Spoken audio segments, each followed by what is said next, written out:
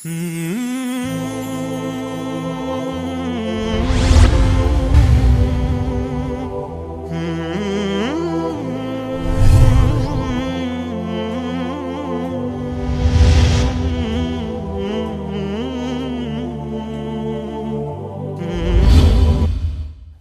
আলাইকুম রহমতুল্লাহি ওয়া বারাকাতুহু। আলহামদুলিল্লাহি রাব্বিল আলামিন ওয়াসসালাতু ওয়াসসালামু আলা রাসূলিহিল আমিন ওয়া আলা আলিহি ওয়া আসহাবিহি আজমাইন, আম্মা বা'দ। প্রিয় দর্শক, আপনাদের সকলকে জানাচ্ছি আন্তরিক প্রীতি এবং শুভেচ্ছা। আমরা শুরু করছি আমাদের সিরিজ আলোচনা সোনালী শিশু।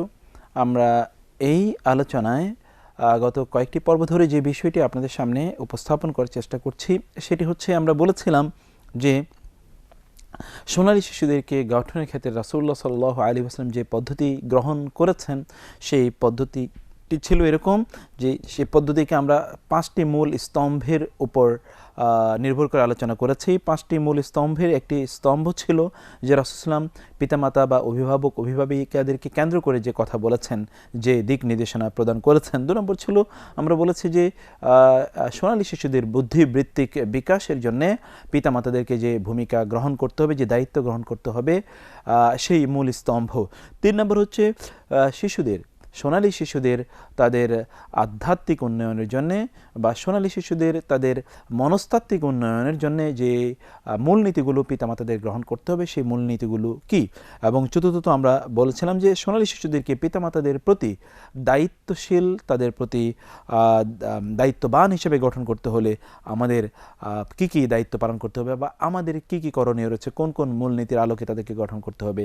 এবং সর্বশেষ আমরা বলেছিলাম যে সোনালী শিশুদেরকে শাসন করতে হলে আমাদেরকে কি পদ্ধতি বা মূলনীতি গ্রহণ করতে হবে। তাহলে এই যে 5টি স্তম্ভের মধ্যে আমরা প্রথম যে স্তম্ভটি সেটি হচ্ছে পিতামাতা বা অভিভাবক অভিভাবিকাদেরকে কেন্দ্র করে রাসূলুল্লাহ সাল্লাল্লাহু আলাইহি ওয়াসাল্লাম যে দিক নির্দেশনা দিয়েছেন সেই দিক নির্দেশনাগুলো কি। আমরা বলেছি যে এই দিক নির্দেশনাগুলো 8টি মূল নীতির উপর প্রতিষ্ঠিত। প্রথম মূল নীতিটি ছিল যে পিতামাতাদেরকে নিজেদেরকেই উত্তম আদর্শ হিসেবে সন্তানদের সামনে পেশ করতে হবে। আর 2 নম্বর হচ্ছে, সন্তানদেরকে যখন তারা শিক্ষা প্রদান করবেন বা তাদেরকে যখন তারা প্রশিক্ষণ দেবেন, তাদেরকে যখন তারা শিক্ষা দীক্ষা প্রদান করবেন, সেই সময়টি তাদেরকে নির্বাচন করতে হবে যে এটি কোন সময়, অত্যন্ত উপযুক্ত এবং গুরুত্বপূর্ণ সময় তাদেরকে নির্বাচন করতে হবে। তৃতীয়ত ছিল যে তাদের মাঝে সাম্য রক্ষা করতে হবে, সন্তানদের সকলের মাঝে সমতা রক্ষা করতে হবে।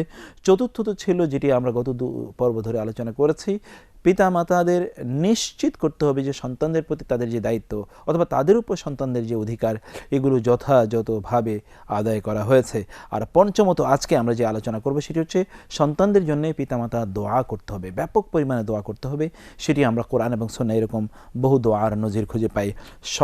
ষষ্ঠত যেটি বিষয়ে আমরা পরে আলোচনা করব সেটি হচ্ছে, সন্তানদের জন্য তাদের খেলাধুলা অথবা তাদের যে শারীরিক বিকাশের জন্যে এমন কিছু বিনোদনের উপকরণ পিতামাতাদের নিশ্চিত করতে হবে যেগুলো হালাল, যেগুলো তাদেরকে কোনোভাবে দুর্নীতি পরায়ণ অথবা তাদের মন মগজ ইত্যাদিকে বিষিয়ে তুলবে না। আর সপ্তমত হচ্ছে, সন্তানদেরকে তাদেরকে অবশ্যই প্রশিক্ষণ দিতে হবে যে পিতামাতাদের আনুগত্য তারা কীভাবে করবে। এবং সর্বশেষ ছিল, তাদেরকে অতিরিক্ত পরিমাণে ভৎসনা বা তিরস্কার করা যাবে না। প্রিয় দর্শক, আমরা পঞ্চম যেই মূল নীতিটি আলোচনা করব আজকে, সেই মূল নীতিটি হচ্ছে যে পিতামাতা সন্তানদের জন্য বা অভিভাবক অভিভাবিকারা সন্তানদের জন্য ব্যাপক পরিমাণে দোয়া করবেন। এই দোয়া যদি পিতামাতা সন্তানদের জন্য করেন তাহলে সন্তানদের প্রতি তাদের ভালোবাসা তৈরি হবে, সন্তানদের প্রতি তাদের যে দুর্বলতা, সন্তানদের প্রতি তাদের যে অনুকম্পা, সন্তানদের প্রতি তাদের প্রীতি ইত্যাদি তৈরি হবে অনেক অনেক বেশি। এর মাধ্যমে পিতামাতা যে কাজটি করবেন সেই কাজটি হচ্ছে, সন্তানদের জন্যে তারা কল্যাণকামী হয়ে উঠবেন। সন্তানদের কল্যাণ কামনায় পিতামাতা যাই আল্লাহর কাছে দোয়া করেন তাই কবুল করার গ্যারান্টি আল্লাহ সুবহানাহু ওয়া তাআলা দিয়েছেন। অতএব পিতামাতা যদি সন্তানের জন্য দোয়া করে, একদিকে তাদের প্রতি তাদের ভালোবাসা, তাদের প্রতি তাদের অনুগ্রহ, তাদের প্রতি তাদের অনুকম্পা বৃদ্ধি পাবে। অন্যদিকে পিতামাতা সন্তানদের জন্য আল্লাহ সুবহানাহু ওয়া তাআলার কাছে যখন কায়মনোবাক্যে অত্যন্ত আবেগ অনুরাগ নিয়ে খুব বিনয় এবং নম্রতার সাথে যখন দোয়া করবেন, তখন আল্লাহ সুবহানাহু ওয়া তাআলা তাদের দোয়াগুলো কবুল করে নেবেন এবং সন্তানদেরকে সোনালী শিশুতে আল্লাহ সুবহানাহু ওয়া তাআলা পরিণত করবেন ভবিষ্যতে। আমরা কোরআনের দিকে যদি তাকাই তাহলে দেখব যে নবী রাসূলরা সাধারণত তাদের সন্তানদের জন্য আল্লাহ সুবহানাহু ওয়া তাআলার কাছে এভাবে দোয়া করেছিলেন। আমরা দেখুন হযরত ইব্রাহিম আলাইহিস সালাতু ওয়াস সালামের দিকে যদি তাকাই তাহলে তিনি আল্লাহর কাছে দোয়া করেছিলেন, রব্বানা ওয়াজআলনা মুসলিমাইনি লাকা ওয়া মিন যুররিয়াতিনা উম্মাতাম মুসলিমাতাল লাক। হে আল্লাহ, আপনি আমাকে এবং আমার সন্তানদেরকে আপনার প্রতি অনুগত, আপনার প্রতি সাবমিসিভ, আপনার আনুগত্যশীল এইরকম জাতিতে পরিণত করুন এবং আমাদের সন্তানদের থেকেও আপনার প্রতি অনুগত, আপনার প্রতি যারা আত্মসমর্পণ করেছে এইরকম জাতি গঠন করুন।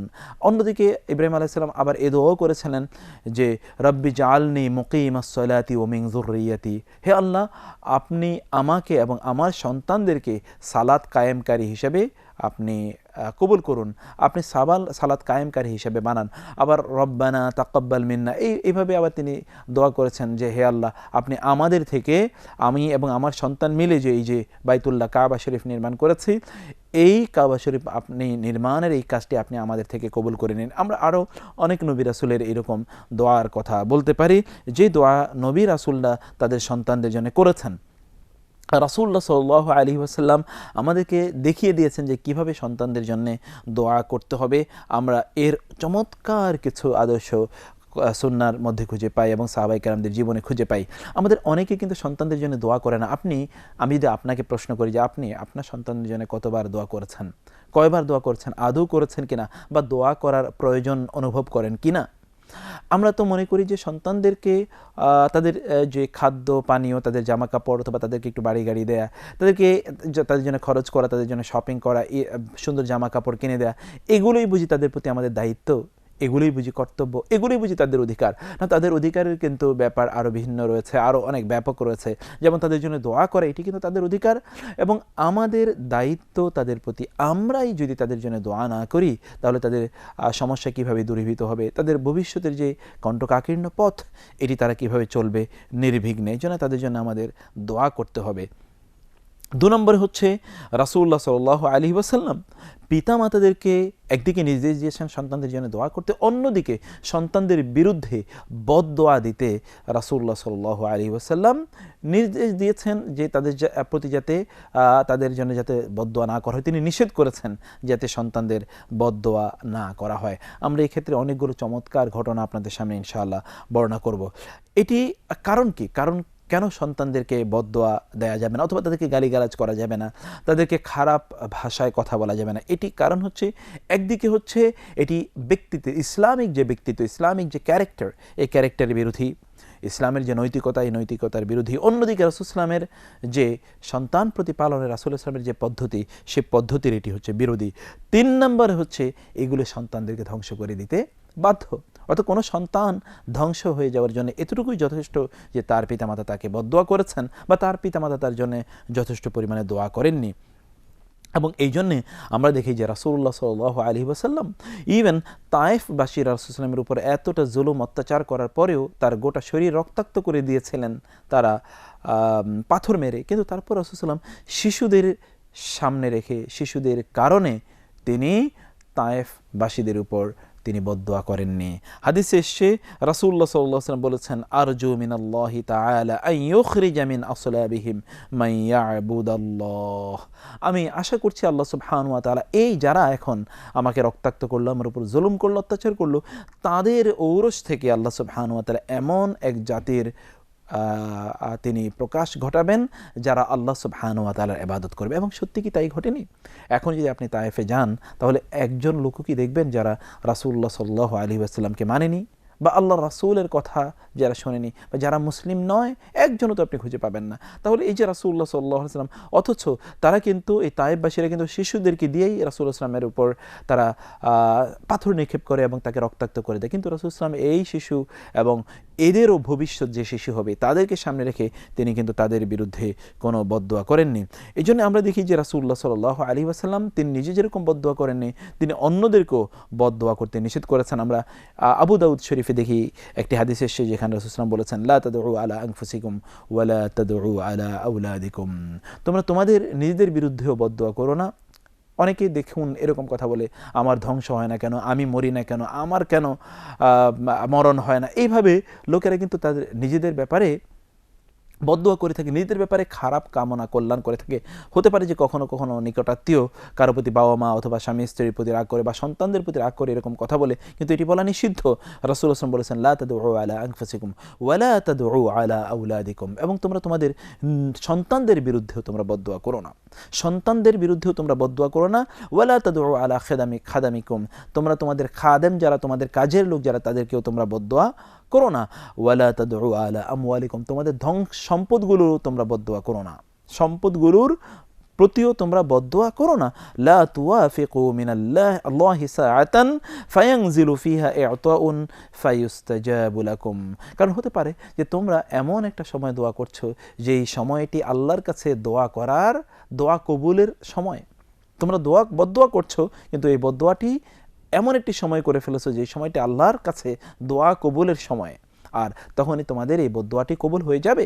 এবং এই জন্য আমরা দেখি যে এই এমন হয়েছে যে ইমাম গাযালি রাহিমাহুল্লাহ তিনি বর্ণনা করছেন যে এক ব্যক্তি আব্দুল্লাহ ইবনে মুবারক রাদিয়াল্লাহু তাআলা আনহু এর কাছে এসে বললেন যে তার ছেলে তার অবাধ্য হচ্ছে, তার কথা শুনছে না। বাবা এসে বললেন, আমার ছেলে আমার কোনো কথাবার্তা শোনে না। তখন আব্দুল্লাহ ইবনে মুবারক তাকে বললেন, হাল দাআউতা আলাই, তুমি কি তার বিরুদ্ধে বদদোয়া করেছিলে? ক্বালা, তিনি বললেন, হ্যাঁ আমি একবার বদদোয়া করেছিলাম। তখন আব্দুল্লাহ ইবনে মুবারক রাহিমাহুল্লাহ বললেন, আনতা আফসাদতাহু, তুমি তো তাকে ধ্বংস করে দিয়েছো, তুমি তাকে ধ্বংস করে দিয়েছো, এই জন্যই তো এখন সে তোমার কথা শুনছে না। এবং এরকম আমরা দেখেছি যে কোনো একজন মা তার ছেলেকে রাগ করে বললেন, যা তুই মর।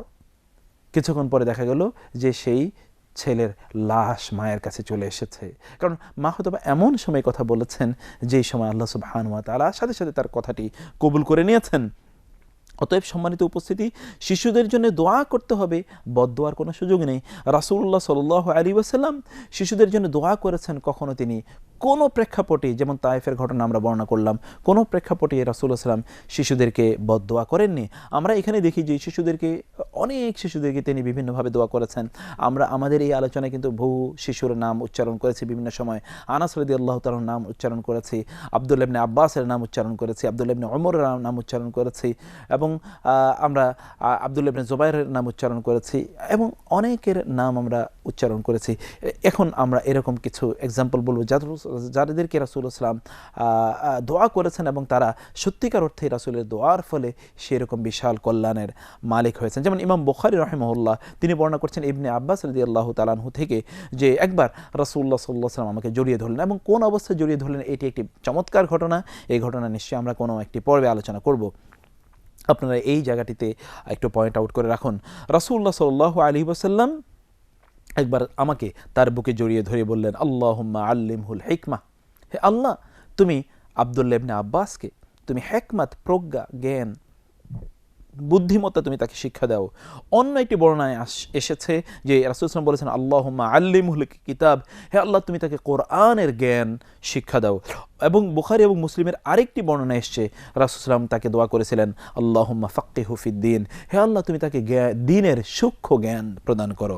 এবং ইমাম আহমদ ইবনে হাম্বল তার মুসনাদে আরেকটি বর্ণনা এনেছেন যেখানে রাসূলুল্লাহ সাল্লাল্লাহু আলাইহি ওয়াসাল্লাম বলেছেন, তার জন্য দোয়া করেছেন, আল্লাহুম্মা আল্লিমহুত তাওয়িল, হে আল্লাহ তুমি তাকে কোরআনের ব্যাখ্যা শিক্ষা দাও, তুমি তাকে কোরআনের ব্যাখ্যার জ্ঞান প্রদান করো।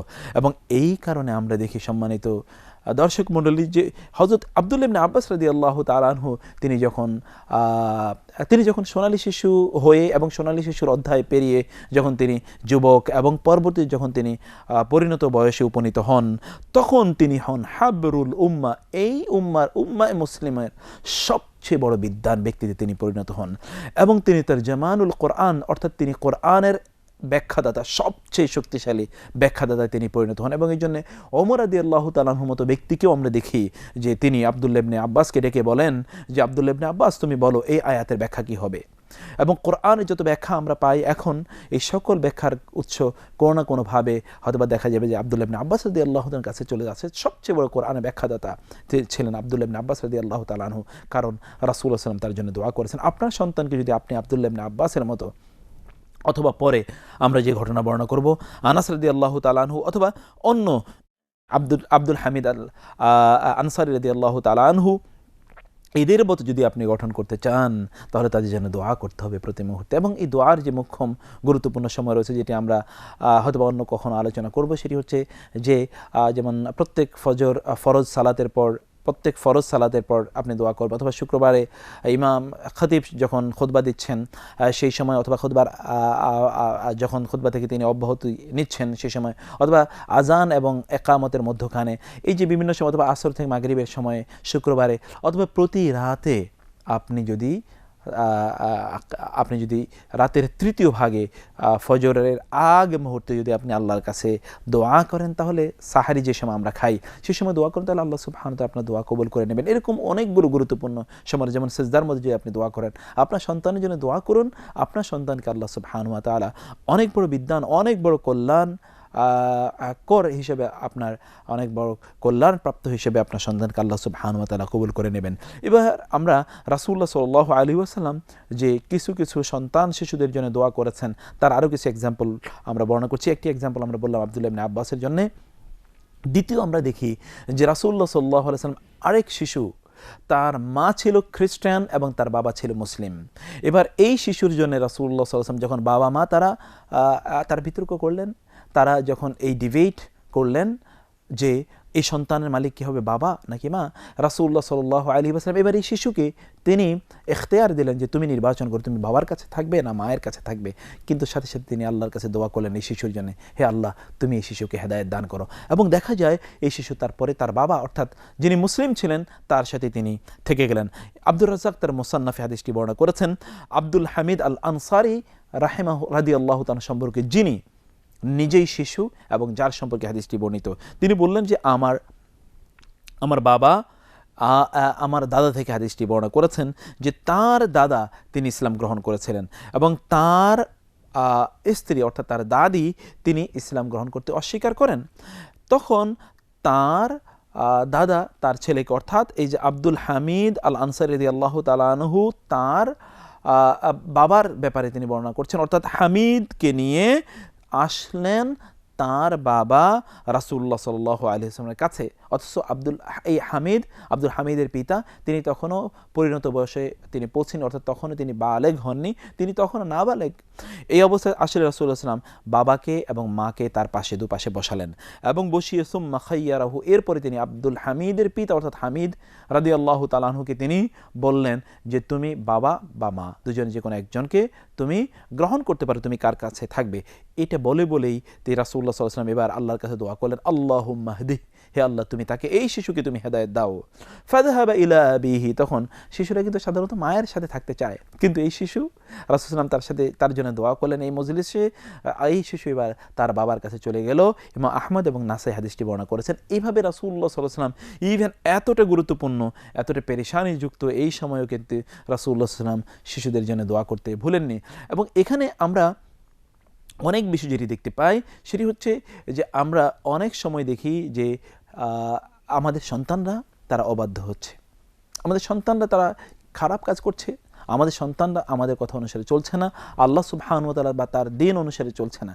তখন আমরা আমাদের সন্তানদের জন্য সবচেয়ে বড় যে মেডিকেশন, যে ঔষধ ব্যবহার করা দরকার, সেটি হচ্ছে আল্লাহর কাছে দোয়া করা। আল্লাহর কাছে তাদের জন্য আমাদের ব্যাপক বেশি দোয়া করা, এটি আমাদেরকে করতে হবে। আমরা এখানে দেখি যে রাসূলুল্লাহ সাল্লাল্লাহু আলাইহি ওয়াসাল্লাম, এই হাদিস থেকে আমরা বুঝতে পারলাম যে রাসূলুল্লাহ সাল্লাল্লাহু আলাইহি ওয়াসাল্লাম আল্লাহর কাছে এই সন্তানের জন্য বেশি দোয়া করেছেন। প্রিয় দর্শক, আমরা এই যে চমৎকার একটি আলোচনা, এই আলোচনাটিতে আমরা যেটা বোঝানোর চেষ্টা করেছি তা হচ্ছে যে সন্তানদের জন্য দোয়া করতে হবে, কিন্তু এই দোয়া এটি যাতে আমরা যে সময় দোয়াগুলো কবুল হয়ে যায় সেই সময় আমরা দোয়া করি, এবং কোনো অবস্থায় যাতে সন্তানদের প্রতি আমরা বদদোয়া না করি। এটি অত্যন্ত চমৎকার একটি আলোচনা এবং অত্যন্ত গুরুত্বপূর্ণ আলোচনা। এই জন্য আমরা এই আলোচনাটি অবশ্যই অব্যাহত রাখবো ইনশাআল্লাহ। আগামী পর্বে আমরা এই বিষয় নিয়ে আরও কিছু কথা বলবো এবং অন্য বিষয়গুলো নিয়েও কথা বলবো ইনশাআল্লাহ। সেই পর্বে আপনারা আমাদের সাথে থাকবেন সেই প্রত্যাশা করছি। হাদা মা ইনদি ওয়াল ইলমু ইনদাল্লাহ ওয়া আখিরু দাওয়ানা আলহামদুলিল্লাহি রাব্বিল আলামিন। ওয়াসসালামু আলাইকুম ওয়া রাহমাতুল্লাহি ওয়া বারাকাতুহু।